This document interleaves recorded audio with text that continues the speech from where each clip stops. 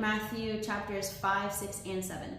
But basically, towards the tail end of chapter 6, he talks about being anxious and anxiety. I think a lot of us, probably 99% of us, go through something at some point of our lives where we are anxious. Anxiety just gets to us like crazy. What does anxiety do? Well, on a very physiological level, it can induce cortisol levels, which is basically our stress hormones. And what are our bodies beautifully capable of as females? Well, we respond to hormones in a very unique way. Not so good sometimes, especially with cortisol. So cortisol levels rising can have a detriment to our bodies, especially can help to, aid in the imbalance of our other hormones that we need to function properly. Mainly estrogen, progesterone, things of that nature. So anxiety really eventually, honestly, just kills us. I mean, I'm not sure if you've heard of Cushing's disease as one possible avenue of constant anxiety or constant stress. But Cushing's disease is not a fun disease that some people may go left undiagnosed, and you may think to yourself, oh, I just can't, or I just can't. Fill in the blank. Anxiety can lead to so many other types of, downfalls for us. It can lead to depression, it can lead to just in general stress, it can lead to a lot of things. We're not meant to be anxious for too long. Now, we do have a natural response, which I'm sure all of us have heard of, the fight or flight response, especially for women. We often feel that way if we feel uncomfortable in a situation, or if it's too late, or if we're walking around by ourselves, whatever time of the day it is, just in general, it's just a little spike of our cortisol levels that allows us to kind of assess the situation if we listen to it. That's, healthy in relative sense. We can be able to go about and just,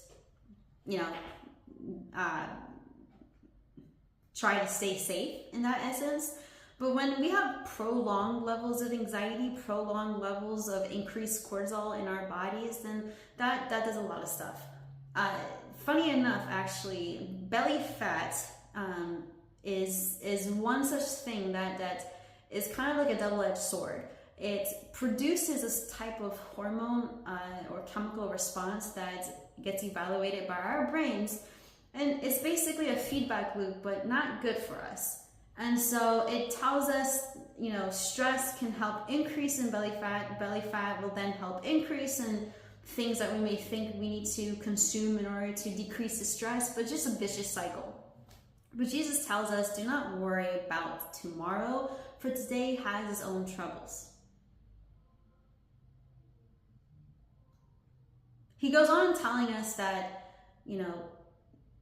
the birds of the air don't worry, or Solomon in all his greatness didn't worry, and things of this nature. And we have to kind of remind ourselves, why does he say, don't worry about tomorrow? Many things that Jesus talks about, he talks about with the present moment. For those of us who maybe have children, whether or not they're small, babies, toddlers, kids, teens, adults, we tend to see that time pretty much flies by. It passes us in an instant, almost. And then we start to realize that, life is kind of short, and I need to live in a present age. I cannot worry too much about tomorrow, because for those of you who have children, imagine just a blink of an eye, they were babies, they were newborns, and now they're 5, 10, 15 years old, 20, maybe 28, and have their own kids. Time passes by. Live in today.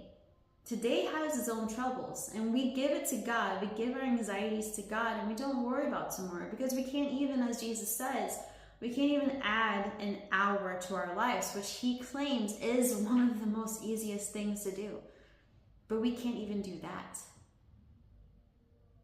You see, we tend to fall into this trap that especially in today's society, that we need to be the top of the food chain, or we need to accomplish XYZ, or whatever have you. But God says, don't worry about tomorrow, for today has its own troubles. You see, Jesus, he was in the wilderness for 40 days. Do you think maybe because he knew he was going to be crucified, do you think maybe he was focusing on when he would be crucified? Because that was something that when he went through, he was in such, I should say, probably anxiety or stress, that he was sweating blood. Do you think he was focusing on that when he was fasting for the 40 days in the wilderness? Probably not. And even he knew it was going to happen. He knew when it would happen, but not.